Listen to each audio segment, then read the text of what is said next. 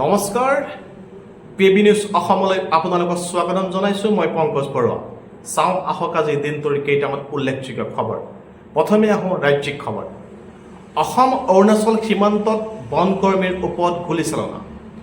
অসম অৰুণাচল সীমান্তৰ বেহালী বনাঞ্চলত বনকৰ্মীৰ ওপৰত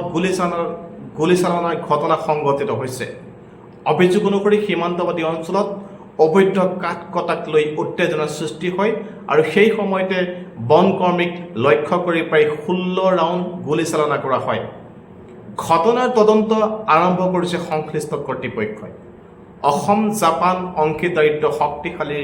কৰাৰ লক্ষ্য ৰাজ্য চৰকাৰৰ মুখ্যমন্ত্ৰী ডক্টৰ হিমন্ত বিশ্ব শৰ্মাই কয় যে অসমে জাপানৰ সৈতে ছেমিকণ্ডাক্টৰ সেউজ শক্তি উদ্যোগ আৰু জাপানী ভাষা প্ৰশিক্ষণৰ ক্ষেত্ৰত সহযোগিতা বৃদ্ধি কৰিব বিচাৰে এই পদক্ষেপে ৰাজ্যলৈ নতুন বিনিয়োগ আৰু কৰ্মসংস্থাপনৰ সুযোগ সৃষ্টি কৰিব বুলি আশা প্ৰকাশ কৰা হৈছে অসমত জাপানী এনকেফেলাইটিছৰ প্ৰাদুৰ্ভাৱ আৰু মৃত্যুৰ সংখ্যা বৃদ্ধি অসমত জাপানী এনকেফেলাইটিছ আৰু একোইড এনকেফেলাইটিছৰ চিণ্ড্ৰমৰ প্ৰাদুৰ্ভাৱে উদ্বেগৰ সৃষ্টি কৰিছে শেহতীয়া তথ্য অনুসৰি জাপানী এনকেফেলাইটিছৰ মৃত্যুৰ সংখ্যা 20 জনলৈ বৃদ্ধি পাইছে আনহাতে একোইড এনকেফেলাইটিছ চিণ্ড্ৰমৰ মৃত্যুৰ সংখ্যা 50 জনলৈ অতিক্ৰম কৰিছে ৰাজ্যৰ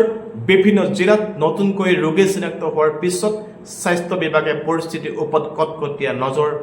ৰাখিছে লগতে জনসাধাৰণক পৰিষ্কাৰ পৰিচ্ছন্নতা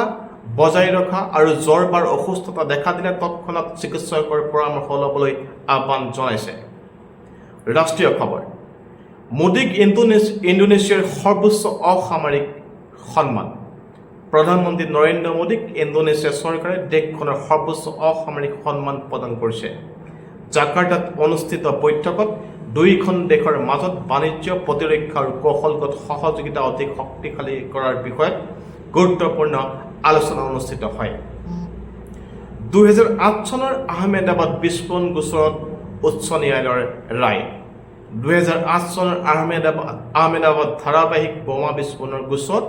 গুজৰাট উচ্চ ন্যায়ালয়ে 38 জন অভিযুক্তৰ মৃত্যুদণ্ড বাহাল ৰাখিছে আৰু 11 জনৰ আজীৱন কাৰাদণ্ড বাহাল ৰাখিছে এই ৰায়ক দেশৰ অন্যতম গুৰুত্বপূৰ্ণ সন্ত্ৰাসবাদীৰ গোচৰৰ সিদ্ধান্ত হিচাপে গণ্য কৰা হৈছে মুম্বাইত ধাৰাসাৰ বৰষুণ বিদ্যালয় বন্ধ অবিৰত বৰষুণ আৰু বেয়া বতৰৰ বাবে মুম্বাইৰ সকলো বিদ্যালয় আৰু মহাবিদ্যালয় আজিৰ বাবে বন্ধ ঘোষণা কৰা হৈছে ভাৰতীয় বতৰ বিজ্ঞানে অৰেঞ্জ এলাৰ্ট জাৰি কৰি জনসাধাৰণক সাৱধানতা অৱলম্বন কৰিবলৈ আহ্বান জনাইছে মণিপুৰত অসম ৰাইফলছৰ 2 জন জোৱান নিহত মণিপুৰৰ উখৰুল জিলাত সন্দেহযুক্ত উগ্ৰপন্থীৰ আক্ৰমণত অসম ৰাইফলছৰ 2 জন জোৱান নিহত হয় ঘটনাৰ পিছতে সমগ্ৰ অঞ্চলটোত ব্যাপক অনুসন্ধান অভিযান আৰম্ভ কৰিছে নিৰাপত্তা বাহিনীয়ে আন্তঃৰাষ্ট্ৰীয় খবৰ জাপানত শক্তিশালী টাইফুনৰ সতৰ্কবাণী জাপান চৰকাৰে উকিনাবা অঞ্চলৰ দিশে আগবাঢ়ি অহা শক্তিশালী টাইফুনক লৈ সতৰ্কবাণী জাৰি কৰিছে জনসাধাৰণক নিৰাপদ স্থানলৈ যাবলৈ আৰু প্ৰয়োজনীয়তা সাৱধানতা অৱলম্বন কৰিবলৈ অনুৰোধ জনোৱা হৈছে চীনত ধুমুহা আৰু ভূমিস্খলনত প্ৰাণহানি চীনৰ হুবেই আৰু গানজু প্ৰদেশত ধুমুহা প্ৰবল বৰষুণ আৰু ভূমিস্খলনৰ ফলত কেইবাজনো লোকৰ মৃত্যু হৈছে আৰু বহু লোক নিখোজ হৈ আছে উদ্ধাৰ অভিযান অব্যাহত ৰাখিছে স্থানীয় প্ৰশাসনে খেলৰ খবৰ ফিফা মহিলা বিশ্বকাপৰ